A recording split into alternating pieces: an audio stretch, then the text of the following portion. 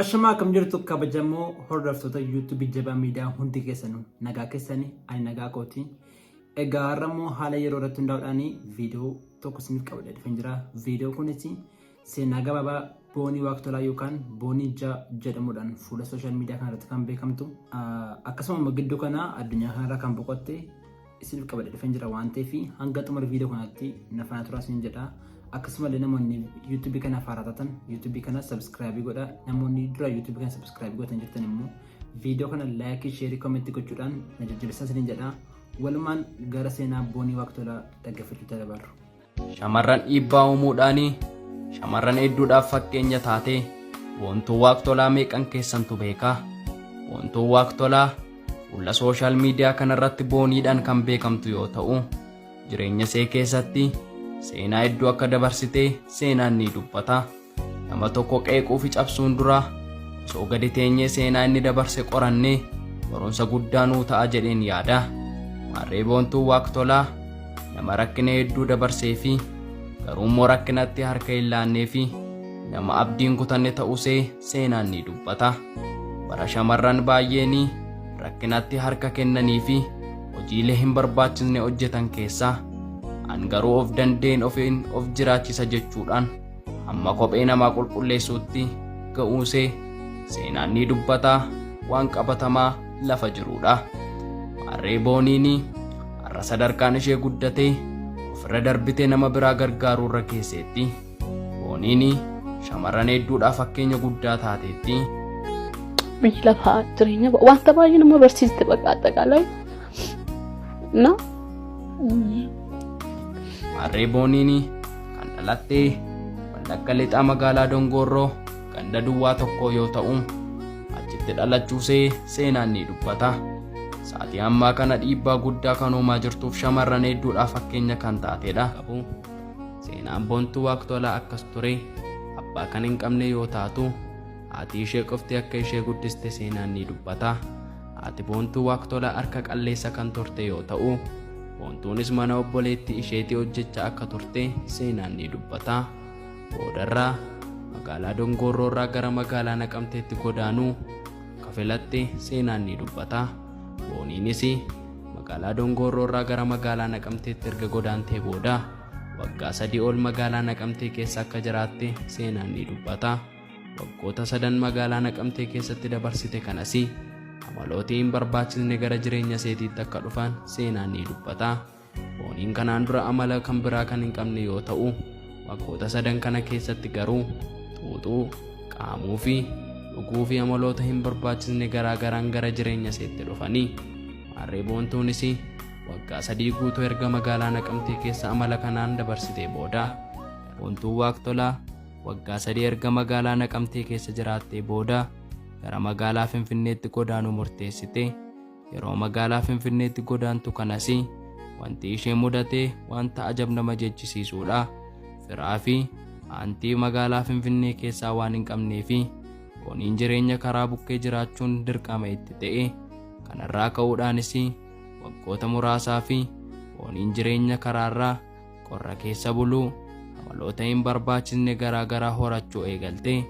Booniin sigaaraa xuuxuu, dhuguu fi qaamuu amala shamarran irraa hin eegamne hedduu soratte. Magaalaa Finfinnee keessatti jireenya karaa bukkee jiraachuun baay'ee ulfaataadha. Garuu Booniin waan abdattu waan hin qabnee fi Finfinneetti jireenya karaa bukkee jiraachuu eegalte.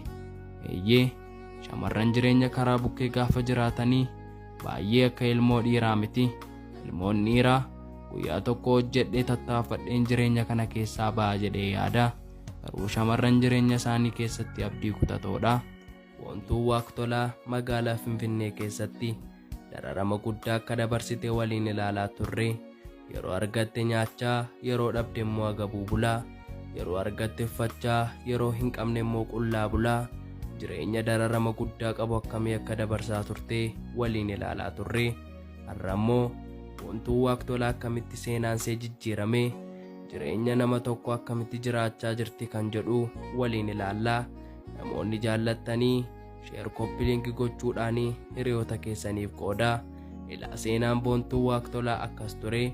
Magaalaa Finfinnee keessatti dararamee hedduu erga dabarsitee booda karaarraa kaatee kan nama tokkootti jireenya nama tokkoo jiraachuu akka qabdu of murteessitee uffattee akka nama tokkootti mana namaa keessaa osoo hin taane mana dhuunfaa ishee kireeffattee akkamittiin jiraachuu akka qabdu yaaltee kuniseedhaan mijatee erga kuniseedhaan mijatee booda fuula TikTokii kanarratti viidiyoo namoota garaagaraa gaafa laaltu anis dandeettii uumamaaf na Waaqayyo naaf laate maaliif hin baasee hin mul'isu kan jedhuuni fuula TikTokii banattee fuula sooshaal miidiyaa kanarratti viidiyoo hojjechuu jalqabdee yeroo sanatti wantuu waqtolaa uffannaa isheen uffattu caammaadhaa ka'ee mataadhaa hamma miillaatti jireenyi ishee guutuun dhiira fakkaata.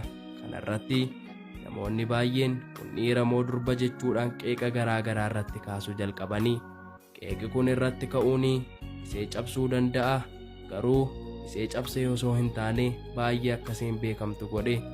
Namoonni garaagaraa waa'ee ishee wal hirkaa fuudhanii yeroo haasa'anii waa'een ishee olii fi gadi gaafa ta'u hordoftoonni ishees dabalaa deemanii kunis isheedhaaf gaarii ta'ee namoonni baay'een wal hirkaa fuudhanii mucaan kun eessa jechuudhaan waa'ee ishee odeessuu jalqabanii hordoftoota hedduus karaa fuula sooshaal miidiyaa TikTokii kanaan horattee boonii waan jijjiiramaa jirtu fakkaata. Egaa gabaabumatti seenaa ishee kana fakkaata ture.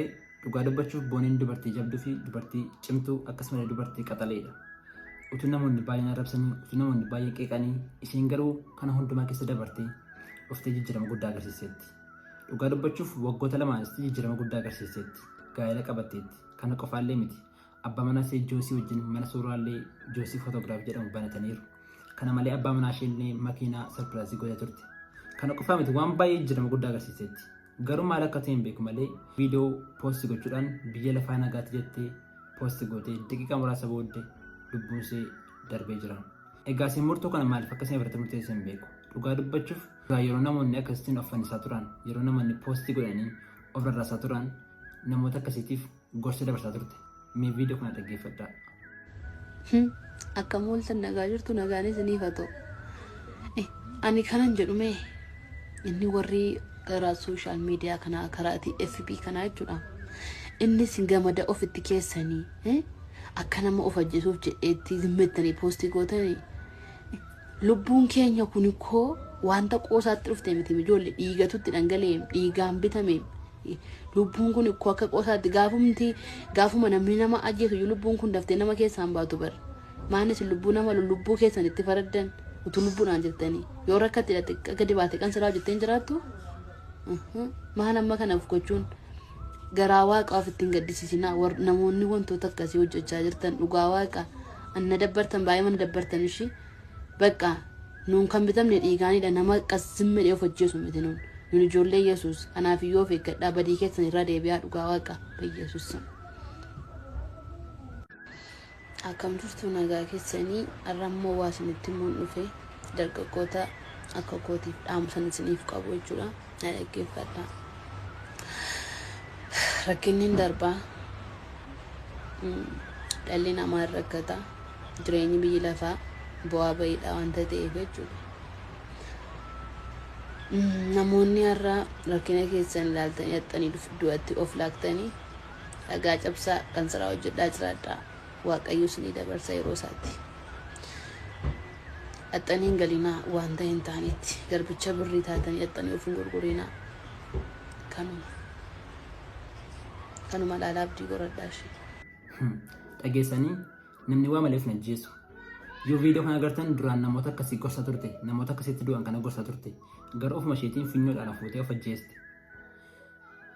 Egaa du'a ishee kana booddee seenaa hedduun jiraachuu malu nuti hin beeknu. Garuu immoo waa malee miti kan isin akkasiin of ajjeeste. Duraan nama dhawaa turte amma gaafa akkasiin of ajjeessu kun gaaffii guddaadha. Haa ta'u malee guyyaa kaleessaa viidiyoowwan akkasii poostii gochuudhaan lubbuu ishee dabarsee jirti. Yeroo tokko hojjettanis waan baay'ee gootanii isiniin darbu. Jireenya akka barbaaddanitti jireenyi akkasiin barbaaddanitti isiniin jiraatamu. Kanaafiyyuu biyya lafaa kanarraa wanti boqonnaa namaa kennu yoo jiraate du'a qofaadha. Anis amma guyyaa irraatti waan hojjedhee isin gabu isin jibbisiisee isin gaddisiisee warri jirtan dhiifama naa godhaa. Anaa fi guyyaan har'aa guyyaa boqonnaa kootiiti. Yeroo gaarii qabaadhaa. Jechaan qabu bakka. Anaaf kun guyyaa dhumaati. Guyyaan boqonnaa koos har'adha. Isin jaalladha. Yeroo gaarii qabaadhaa. Guyyaan kun akka dhuftu ergixeenyaan tureani. Kanaafiyyuu anaan amma jireenyi nagayeera. Hojjedhee jireenya jiraadhus argeera. Warri isin gaddisiise dhiifama. Maatiin koo, obboloonni koo, hiriyoonni koo hundi keessan dhiifama guddaa naa godhaa. Anaan kana booddee boqonnaa kan naa kennu hojii yookaan gaa'ela osoo hin taane kana booddee boqonnaa naa kennu du'a qofaadha. Kanaafiyyoonis bakka ani fidadhe deemaan jira waanta ta'eef isinin jaalladhaa. Yeroo gaarii turtii qaarii qabaadhaa. Viidiyoo kana keessatti wanti isin dubbatte guyyaan kun akka dhufu eegaan ture jette. Kana jechuun seenaa guddaan akka dudduuba jiru nuuf ibsaa jechuudha. Ana garuu samti kan na dhibe namni keenya maal ta'e. Yeroo isin viidiyoo kana poost gootu koomentiiwwan namoonni kennaaf turan ilaalaa. Baay'ee na ajaa'iba.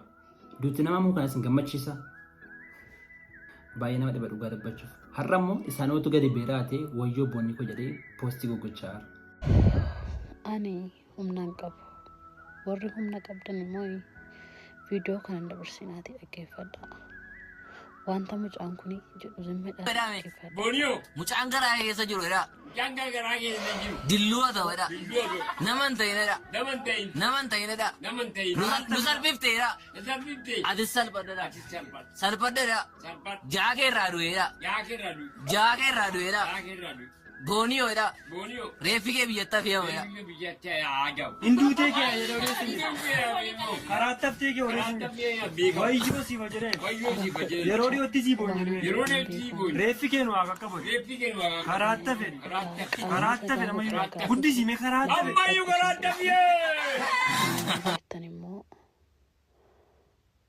yootti dhiyaatan gorsaa beekamtiin akkasittiin hin dhufu.